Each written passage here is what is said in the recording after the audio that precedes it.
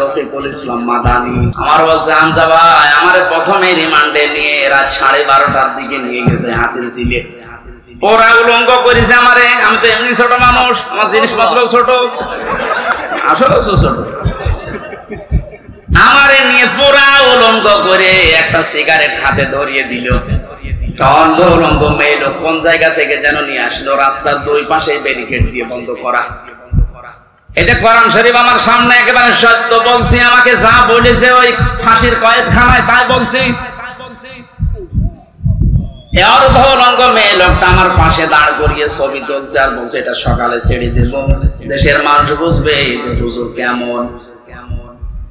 এত অসহায় লাগছিল ওই সময়, আমি তো এমনিতে ওদের চাইতে একেবারেই ছোট, আর মেয়েটা আমার ওর কাঁধ পর্যন্ত আমি অর্ধ উলঙ্গ, কোথা থেকে যেন ভাড়া করে নিয়ে এসেছে। আমার হাতে সিগারেট দিয়ে যেটার গন্ধ শুকলে আমার বমি আসে, ওইটা ধরিয়ে নিজে দুই টান দিয়ে আমার কাছে দিয়ে বলছে এভাবে ধরে থাক, অস্ত্র তাক করা আছে, কিচ্ছু করার নেই, ছবি তুলছে, সেটা ছেড়ে দেব সকালে। আমি যেহেতু মজলুম আর বিশ্বাস করি মজলুমের দোয়া কবুল হয়, ইত্তাকি দাওয়াতাল মাজলুম। নবীজি বলেন দুনিয়াতে আশা করো মজলুমের বরদোয়া থেকে নিজেকে বাঁচিয়ে রেখো,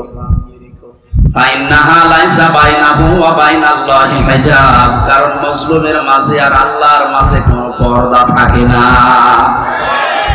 যেটা বোঝার জন্য বাস্তবে ইয়াসিন শব্দটা আমি নিয়ে আসলাম। আমি আশা করবো আপনাকে ইয়াসিনে পাল্টাবে। অনেকে মনে করে ইয়াসিন সূরা পড়লে 10 খতম কোরআন শরীফের সাবাব হয়। কেন হয়? এখানে 83টা শিক্ষা আছে। এর প্রথম 5টা শিক্ষা হচ্ছে সিনের ভেতরে। আপনারা শুনতেছেন?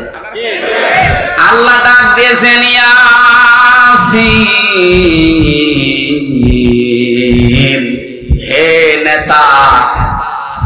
ইয়া মানে হে, সিন মানে সাজ্জেদ, সাজ্জেদের বাংলা অর্থ নেতা। মুফাসসির 5টা অর্থ দিয়েছেন তাফসিরে কাবীরে। 1 নম্বরে সাজ্জেদুল বাশার, 2 নম্বরে সাজ্জেদুল আলামিন, 3 নম্বরে সাজ্জেদুল কাউনাইন, 4 নম্বরে সাজ্জেদুল আম্বিয়া, 5 নম্বরে সাজ্জেদুল মুরসালিন। এক একটা শব্দের আবার ব্যাখ্যা করা আছে। আমি কথা বলছি তাফসীর আকারে, আপনি মিলান। প্রথম নম্বর অর্থ হচ্ছে সাজ্জেদুল বাশার, আল্লাহর ঘোষণা দেওয়া মানুষের জন্য একমাত্র নেতা আদর্শ একজন, তার নাম মুহাম্মদ রাসূলুল্লাহ। কি বুঝলেন ইয়াসিন পড়ে? আপনি মানুষ নামে যদি পদবাচ্চা বিবেচিত হন যে আমি মানুষ, অথচ নবীজিকে আপনি আদর্শ মানেন না, নেতা মানেন না, বিশ্ব নবীকে, আল্লাহর ভাষায় আপনি মানুষ নেই। কথা বলেন।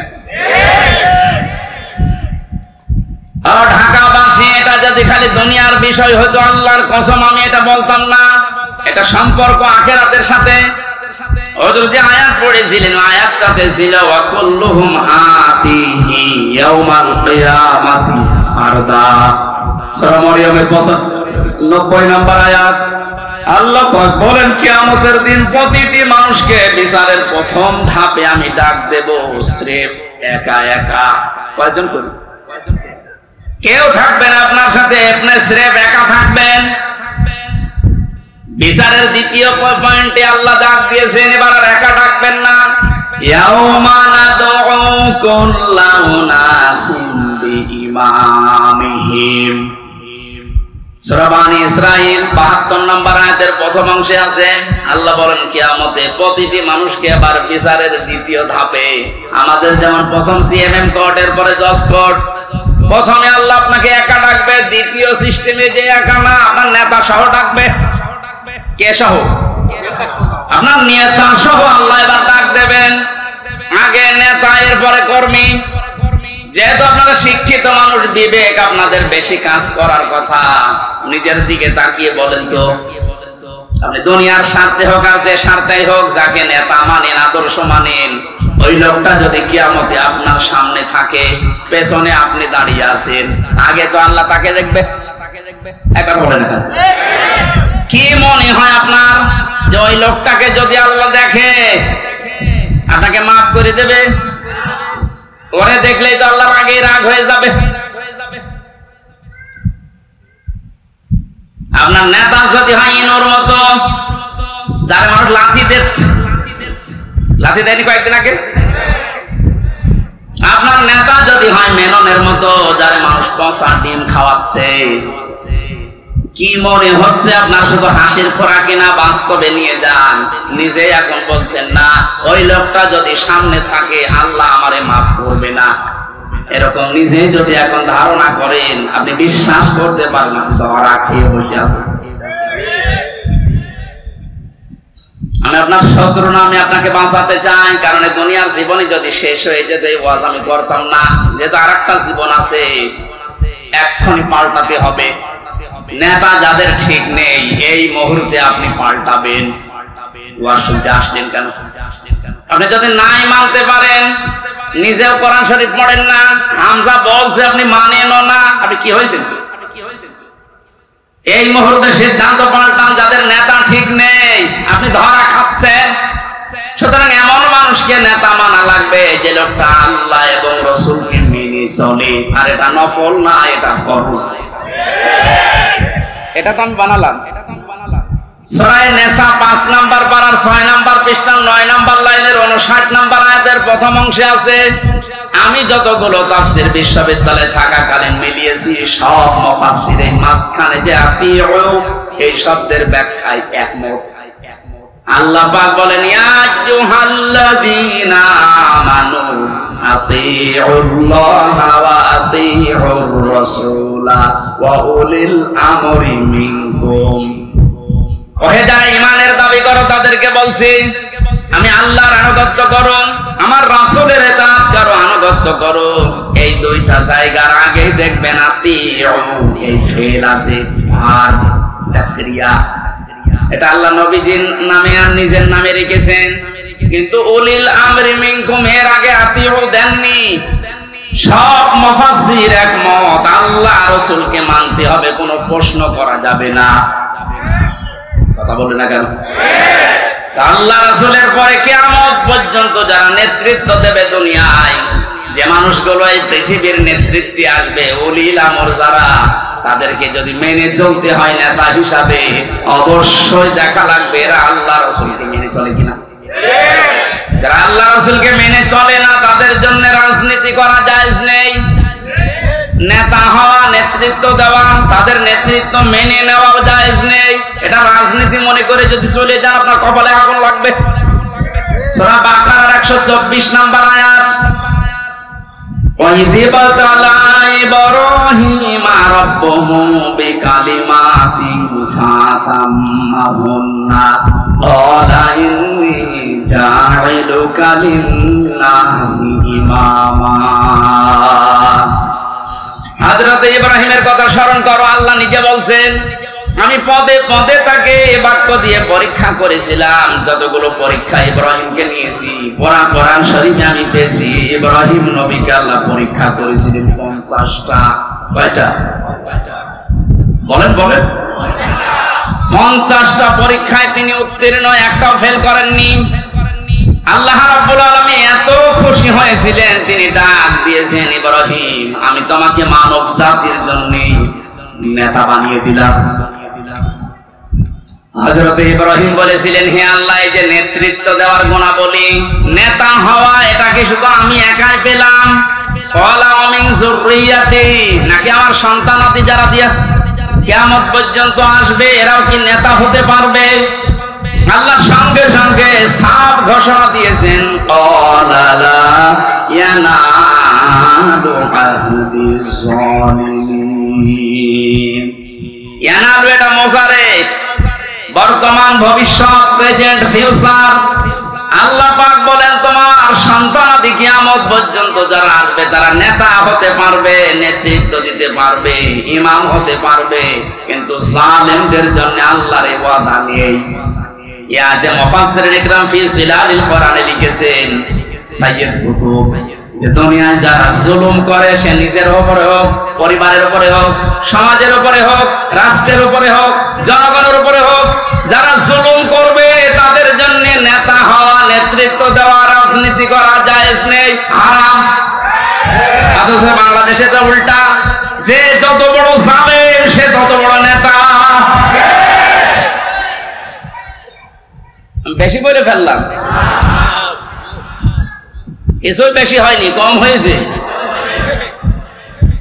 আহাদিস জালিমিন দিয়েছেন আল্লাহ জালেমদের জন্য কোনো ওয়াদা নেই, আর তারা এখন বড় বড় নেতা হয়। 15 বছরে তারাই আমাদেরকে বলেছিল কোন মসজিদে থাক, খানকায় থাক। আর এই ময়দানটা আমরা 2000 টাকা যদি বাজেট হয়, 5 টাকা খরচ করে 1995 টাকা খেয়ে থাকে। এক একটা প্রকল্পের জন্য 3 বার 5 বার 7 বার 10 বার 11 বার করে বাজেট হয়। এক একজনের যে টাকা পাচারের এই যে এখন দেখছি, আমার মনে হয় যদি কিয়ামত পর্যন্ত হায়াত পেত এই লোকটা, এত টাকার মালিক হওয়া ওর দ্বারা বৈধ পথে সম্ভব না।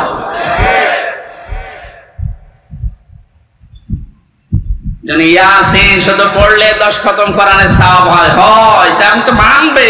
ইয়াসিনের প্রথমটাই তো মানেন না। এই নেতৃত্বের কথা বললেই বলে রাজনীতি। আরে ভাই, রাজনীতি মানে রাজনীতি এটা কোরআনের পাঠ না। 903 জায়গায় আছে রাজনৈতিক কথা, ডাইরেক্ট ইনডাইরেক্ট মিলে। আপনি সেইটাকে অস্বীকার করে না বোঝার ভান করে চলে যাবেন, আর আল্লাহ আপনাকে ছেড়ে দেবেন। আশা করছি আপনার আদর্শ ঠিক করবেন, আর এক্ষুনি মোক্ষম সময়। এরপরও যদি কেউ না বোঝার ভান করে থাকে, আসেন এদিকে, আপনাকে ছড়ি কোদাল দিয়ে বোঝাচ্ছে। বুখারী শরীফ দিয়ে, কোরআন শরীফ দিয়ে হবে না, ওরে দিয়া লাগে বাকারি শরীফ।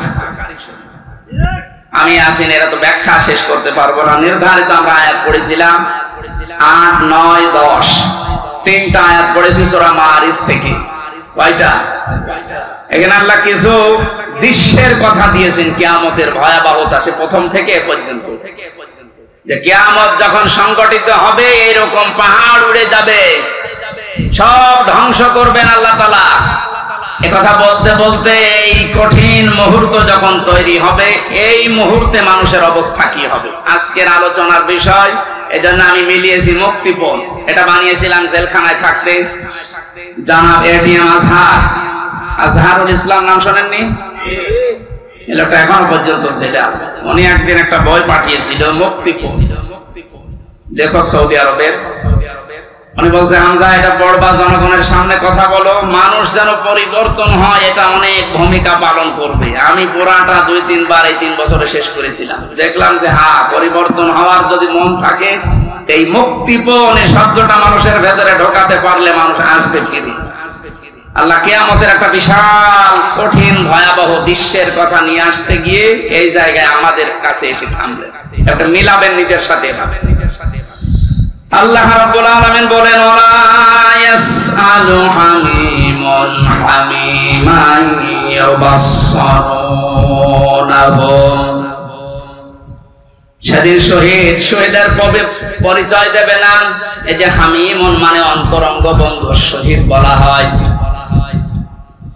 একে অন্যের যখন দৃষ্টিগোচর করা হবে, একে অন্যের সামনে যখন নিয়ে আসা হবে, কেউ কারো পরিচয় দিতে চাইবে না। রব্বুল আলামিন বলেন, এই লোকটা কি করবে হে নবী আপনি জানেন? ইয়াবাদুল মুজরিমু লাউ ইয়াফতাদি মিন আযাবি ইয়াউমিযিন বিবানি। এই লোকটা মুক্তিপণ হিসাবে নিজের সন্তানকে প্রথমে আল্লাহর কাছে বলবে, আল্লাহ এটা দিয়ে দিলাম, আমার এই ছেলে মেয়ে দিয়ে দিলাম, আপনি আমাকে বাঁচান আজকে।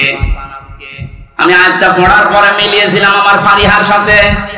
আমার ছোট মেয়েটা আমি জেলখানায় যাওয়ার আগে 1 বছর বয়স ছিল, এখন ওর বয়স 4 বছর।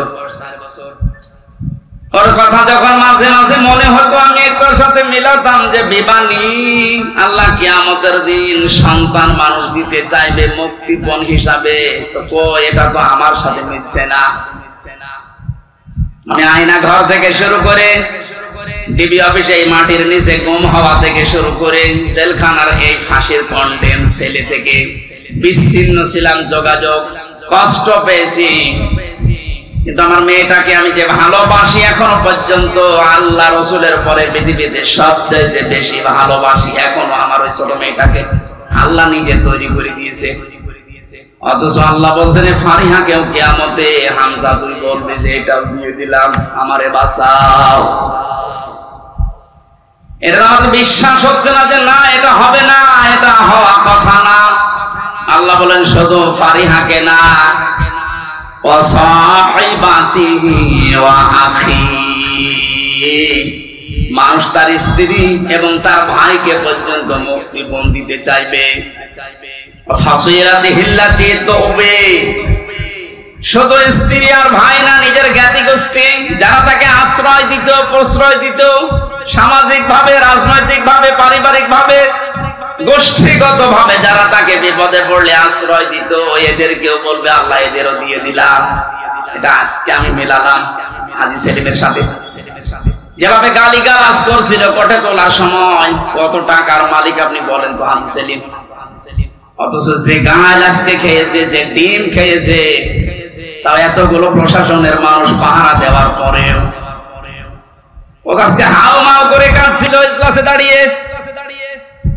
অত মনের ভেতরে এটা আসছিল, কি করলাম, যা দুনিয়ায় আছে সব আজকে দিয়ে বোঝো জজ সাহেব, আপনি আমারে শুধু মুক্তি দিয়ে দেন। ওরে কান্নার ভেতরে এই আওয়াজই ভেসে আসছিল। জামিন নামঞ্জুর করে ছেলে পাঠিয়েছে। আল্লাহ বলেন জ্ঞাতি গোষ্ঠী, এই ফাসিলাতির শব্দের ভেতরে তিনটা বিষয় আছে ইবনে কাসিরে। তো ওবের ভেতরে দুইটা অর্থ আছে। আল্লাহ পাক বলেন পৃথিবীতে ও আপন মনে করে যে মানুষগুলোর যার কাছে যেত, যারা আশ্রয় দেবে বলে বিশ্বাস করত, এই মানুষগুলোকেও কিয়ামতে বলবে আল্লাহ জ্ঞাতি গোষ্ঠী দলের লোক সব নেতা খাতা দিয়ে দিলাম, আমাকে তুমি একটু মুক্তি দাও। আল্লাহ বলেন এতটুকু না, আর একটা আছে, ওমান ফিল আরদি জামিআ, ওর দুনিয়ায় যত স্থাবর অস্থাবর সম্পদ ছিল, যত সম্পদের মালিক ছিল, সব আমাকে দিতে চাইবে, শুধু বলবে সুম্মায়ুজি, আমি মুক্তি চাই। আমি কি চাই? এটা শুধুমাত্র মনে হয় হাজী সেলিমের জীবনে, আমাদের জীবনে এরকম সময় আসবে না। এক কথা বলেন, প্রত্যেকের জীবনে অপেক্ষা করছে। আমি আমার ফারিহাকে, আমার স্ত্রী তামান্নাকে, আমার ভাই নেই, আমার বোন আছে রুনাকে, আমার জ্ঞাতি গোষ্ঠীর 100 জনের 98 জন আওয়ামী লীগ করতো, এখন পুরা পাল্টিয়ে গেছে। এখন বলছে আমরা কিছু করি না। এই পর্যন্ত না, আমার যত সম্পদ আল্লাহ দিয়েছেন, আমার বাবা আর আমার সব আমি একটা একটা করে আল্লাহকে আমি দিতে চাইবো। শুধু বলবো আল্লাহ তুমি আজকের এই কঠিন দিন থেকে আমারে বাঁচাও। আল্লাহ দিনের পরিচয়টা একটু দিয়েছেন কোরআনে, ফাকাইফা তাত্তাকুনা ইন কাফারতুম ইয়াওমা ইয়াজআলুল ওয়ালদানা শিবা। হে নবী, কিয়ামত আমি কেমন ভাবে বানাবো জানেন? যুবক মানুষ কিয়ামতের দৃশ্য দেখে বৃদ্ধ হয়ে যাবে। ঢাকাবাসী একটা মানুষ বুড়ো হয়ে যায় কখন? 60 বছর, 70 বছর, 80 বছর সময় লেগেছে, কিন্তু এমন দৃশ্য সালসালা আল্লাহ নিজে বলছেন আমি বানাবো। আমার মতো হামজা 32 বছর বয়স, সঙ্গে সঙ্গে সেকেন্ডের ভেতরে বুড়ো হয়ে যাবো। এই কঠিন ময়দানে আল্লাহ ঘোষণা দেবেন, কাল্লা, কখনো না, কখনো না, যতগুলো দিতে চাইলে মুক্তিপণ একটাও নেওয়া হবে না। ইন্নাহা লাযা, তোরে আমি লাজাই দেব। কোন জায়গায়? প্রশ্ন আসতে পারে লাজা কি? এখানে যারা আছি আমরা অনেকেই জানি জাহান্নাম 7টা, জান্নাত 8টা। আমি কোরআনে কারিমে পেয়েছি লাহা সাবাতু আবওয়াব লিকুল্লি বাবিম মিনহুম জুজুম মাকসুম। সূরা হিজরের 44 নম্বর আয়াতে আছে, আল্লাহ পাক বলেন জাহান্নামের দরজা 7টা। যে যে অপরাধ করবে আল্লাহ তাকে ওই দরজা দিয়ে ওই জাহান্নামে প্রবেশ করাবে। তাহলে জাহান্নাম একটা, এর দরজা 7টা। কয়টা? এটা মনে হচ্ছে কোন স্কুল না? এখানে 1 থেকে মনে করেন 5 পর্যন্ত পড়ানো হয়। প্রত্যেকটি ক্লাসে আলাদা আলাদা রুম আছে, কিন্তু ক্লাস মানে বিদ্যালয় বা শ্রেণী, কিন্তু একটাই বলা হয় যে এটা বিদ্যালয়। বা মাদ্রাসা স্কুল যাই বলেন স্কুল, এই স্কুলের 5টি স্তর আছে, 1 থেকে 5 পর্যন্ত। যে ক্লাসে পড়ে সে দরজা দিয়ে প্রবেশ করে ক্লাস করে বাড়ি চলে যায়। 3তে পড়ে 5-এ গিয়ে ক্লাস করতে পারবে। এটা যেমন সহজে বুঝলেন। আল্লাহ পাক জাহান্নাম বানিয়েছেন একটা, স্তর বানিয়েছেন এরকম 7টা। দুনিয়ায় যে ধরনের অপরাধ করবে তাকে ওই দরজা দিয়ে প্রবেশ করিয়ে শাস্তি দেবে। এর প্রথম নম্বর দরজার নাম হচ্ছে হুতামা, খুব ভয়ঙ্কর জায়গা। এর দ্বিতীয় নম্বরে লাজা। আল্লাহ বলেন এই যে মানুষগুলো মুক্তিপণ হিসাবে কিয়ামতের কঠিন দৃশ্য দেখে দিতে চাইবে, আমার আওয়াজ হবে কাল্লা না, ইন্নাহা লাযা, তোরে লাজার দরজা দিয়ে প্রবেশ করাবো। এটা কেমন জায়গা হে নবী আপনি জানেন? নাযাআতাল লিশাবা, এখানে ঢুকলে আগে মানুষের চামড়া খসে যাবে। শাওয়া শব্দের শাব্দিক অর্থ বেশি ইবনে কাসিরে, হাড় টুকরা টুকরা করলে যেভাবে খণ্ড বিখণ্ড হয়ে যায়, উপরে পাড়ি দিলে হাড় যেভাবে খণ্ড খণ্ড হয়ে যায়, এইরকম জায়গা এটা। বাংলাদেশ সহ বিশ্বের যত কঠিন জায়গা আছে, শুধু যেখানে কারেন্টের শক দিয়ে মানুষকে গলিয়ে ফেলা হয় এইটা বাদ দিয়ে এদেশে এমন কোন রিমান্ডের জায়গা নেই যেখানে গেলে চামড়া আগে খসে যায়। আমার বহুবার বলেছিল যে এই যে এইগুলো আমরা তুলি, অস্ত্র নিয়ে এসেছিল বিভিন্ন মেশিন, যে এই যে নখ আমরা তুলি ফেলি এইটা দিয়ে, ওটা দেওয়ার পরে এরপরে টান দেবেন, এরপরে উঠবে, তাছাড়া ধরে রাখলে ওঠে না। অথচ আল্লাহ নাযাআতাল লিশাওয়া দিয়েছেন, লাজায় প্রবেশ করার সঙ্গে সঙ্গে মানুষের চামড়া আর এই নখগুলো উঠে চলে যাবে। এবার আপনি ভাবেন তো বাস্তবতা নিয়ে যে কিরকম জায়গা এটা, যেখানে প্রবেশ করলে আগে চামড়া খসে চলে যায়, নখ উড়িয়ে যায়। আল্লাহ বলেন কঠিন ভয়ঙ্কর জায়গায় কাদেরকে ডাকবে জানো? তাদউ মান আদবারা ওয়া তাওয়াল্লা। এই দুনিয়ায় যে মানুষগুলোকে সত্যের দিকে আহ্বান করা হয়েছে, এরা সত্যের কথা শোনার পরে অহংকার করে এদবার করেছে, মুখ ফিরিয়ে নিয়েছে। আমার মনে হয় আয়াতের বাস্তবতা বাংলাদেশে সবচেয়ে বেশি। এত কোরআনের কথা আলোচনা পৃথিবীর কোন জায়গায় হয় না। এত আলোচনা হওয়ার পরে সত্যকে সত্য জানার পরেও যারা ঘাড় ঘুরিয়ে অহংকার করে চলে যান, আপনার জন্য আল্লাহ লাজা প্রস্তুত করে রেখেছে। ইহুদি খ্রিস্টানদের আমরা প্রতিদিন 17 বার করে বরদোয়া দেই। কতবার?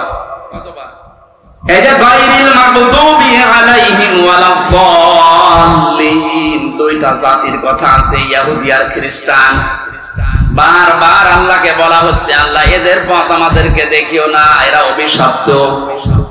এরা অভিশপ্ত না? আমি তাফসিরে পড়েছি কেন আল্লাহ এদের নাম দিলেন। কারণ ইহুদি খ্রিস্টানদের কাছে সত্য এসেছিল আমাদের নবীজি সম্পর্কে, যে বিশ্ব নবী মুহাম্মদ রাসূলুল্লাহ শেষ নবী, এটা সর্বশেষ নবী, শ্রেষ্ঠ নবী। ইহুদি আর খ্রিস্টানরা জানতো ওদের তাওরাতে ইনজিলে স্পষ্ট আছে লেখা, এরপর অহংকার করে হিংসা করে মানতো না। কিন্তু বুঝতে পারছেন হামজা যা বলছে কোরআন দিয়ে হাদিস দিয়ে, ও বানিয়ে বলছে না, ও সত্য কথাই। যে সত্য জানার পরে অহংকার করে হিংসা করে অনেকে এরপরও চলে যাবে, এদের জন্যই লাজা। 2 নম্বরে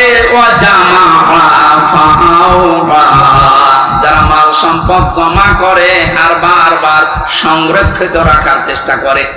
আজ হাজারো মানুষে বাংলাদেশে চরিত্রের আছে, বৈধ অবৈধ নেই, মাল জমা করে যাচ্ছে। ইয়াহসাবু আন্না মালাহু আখলাদা, মনে করে এটা আমার কাছে স্থায়ী ভাবে থাকবে। শুধু জমা করে শেষ না, এটা সংরক্ষণ করার জন্য কত কায়দা কৌশল। এদেশে জায়গা হয় না, বেগম পাড়া বানাচ্ছে। এদেশে জায়গা হয় না, সুইস ব্যাংকে রাখছে যেন সংরক্ষিত থাকে। সম্পদ উপার্জন করা নিষেধ না, বৈধ পথ বাদ দিয়ে যারা অবৈধ পরে উপার্জন করার পরে এগুলো যারা সংরক্ষণ করার চেষ্টায় আছেন হক আদায় না করে, তার মানে যাকাত দেওয়ার হক ছিল আপনি দেননি, দান সাদাকা করার অর্থ ছিল আপনি করেননি, বৈধ বৈধ না ভেবে শুধু জমা করা এভাবে যারা জমা করে গিয়েছেন আর সংরক্ষিত রাখার জন্য চেষ্টা চালিয়েছেন, আপনার জন্য লাজা। আমাকে সহ যারা শুনলাম, আল্লাহ তুমি লাজা থেকে আমাদেরকে বাঁচাও, বলেন আমিন। বাংলার মুসলমানেরা, পৃথিবীর জমিনটা আপনি যদি বদ্ধ জায়গায় কিছুদিন থাকেন, আপনার কাছে স্পষ্ট ধারণা চলে আসবে মাটির নিচে সরকার আমাদেরকে দিয়ে লস হয়নি, আমার কষ্ট হয়েছে, লস হয়নি। দুনিয়ার জীবনটা আগে যে দৃষ্টিতে দেখতাম, পুরা দৃষ্টি আমার পাল্টিয়ে গেছে। আল্লাহ তাআলা বলেন, আমাল হায়াতুদ দুনিয়া ইল্লা মাতাউল গুরুর। পৃথিবীর জমিনটা ধোঁকা, বাস্তবে এখন দেখছি ঠিক 100% আসলে ধোঁকা। আপনার মা বাবা ধোঁকা, স্ত্রী ধোঁকা, সন্তানাদি ধোঁকা, আপনার নেতা খেতা দলের লোক সব ধোঁকা। মনে করছেন না মা বাবার সম্পর্কে কথা বললো কেন? ধোঁকা। আপনি বাস্তবে নিয়ে যান, দেখবেন।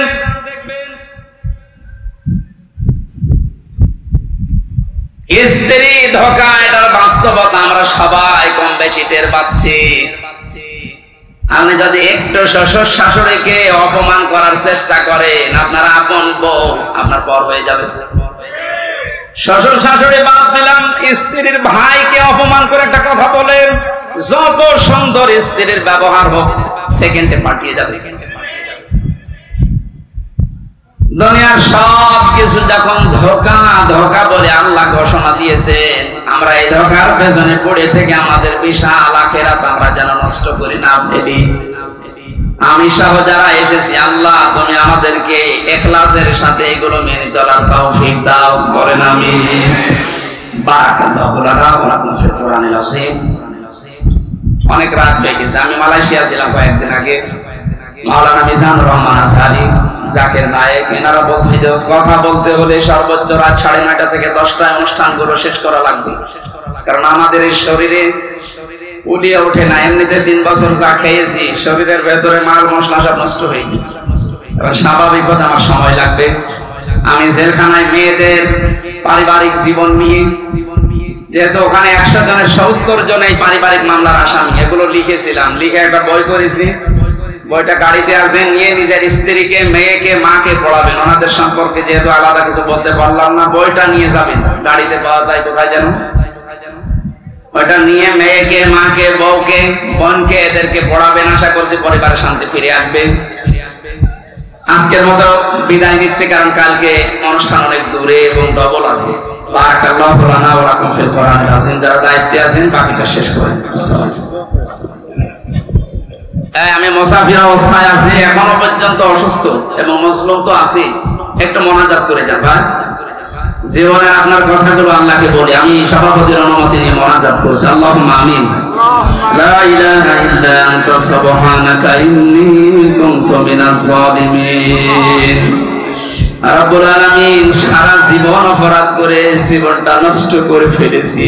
হাত উঠায় কথা বলবো ভয় করে, লজ্জা করে। আমাদের অপরাধ যাই করেছি, এগুলো যদি শরীরে লেখা থাকতো, মানুষ আমাদেরকে কুকুরের মতো ঘৃণা করে দাঁড়িয়ে দিত। অপরাধগুলো শরীরে লেখা নেই, যেভাবে গোপন করে রেখেছো, কিয়ামতের কঠিন ময়দানে তোমার ওই সত্তার নামের খাতিরে আমাদের অপরাধগুলো গোপন করে দিও আল্লাহ। এই আয়োজনে যারা আঞ্জাম দিয়েছে, কোরআন প্রসার হবে, মানুষ জানবে তোমার কোরআনের উদ্দেশ্য নিয়ে। মেহেরবানি করে এই মানুষগুলোকে তুমি কোরআনের খাদেম হিসাবে কবুল করে নাও। হযরতে ওসমানের মতো বানিয়ে দাও। মাহফিলের আয়োজক যারা, বিশেষ করে আজকের মাহফিলের সভাপতি আলিম মানুষ, আল্লাহ তাআলা মাওলানা জুনায়েদ আল হাবিব, আরেকজন মুরব্বী আমার সাথে নামে জেলে ছিল, মাওলানা জুনায়েদ আল হাবিব। আল্লাহ তার কাছে বহু কিছু শিখেছি, পেয়েছি। আজকের সভাপতিকে তুমি আলেম হিসাবে কবুল করে নাও। যত আলেম এখানে এসেছে, আগামীকাল যারা আসবে তাদের আসা যাওয়া সহজ করে দাও। মা বোনদেরকে তুমি ফাতিমার মতো, আয়েশার মতো বানিয়ে দাও। আল্লাহর কণ্ঠটা তুমি ফিরিয়ে দাও। কথা বললেই গলা ব্যথা হয়ে যায়। কি কি খাওয়িয়েছে ওরা জেলখানায়, তুমি আমাকে দেখেছো। আমার শরীরটা নষ্ট করে দিয়েছে, স্বাভাবিক হতে সময় লাগছে। আল্লাহ তুমি শেফায়ে কামিলা আজেলা নসিব করে দাও। কোরআনের কথাগুলো সহজ সরল ভাষায় বলতে পারি, সেই তৌফিক আমাকে ভিক্ষা দাও। যে যুবকেরা এই মাহফিলের আয়োজন করেছে, আল্লাহ স্বাধীনভাবে কথা বলা, স্বাধীনভাবে চলাফেরার জন্য যে যুবকগুলো এদেশে জীবন দিয়ে গেল, আল্লাহ এদেরকে শাহাদাত মঞ্জুর করো।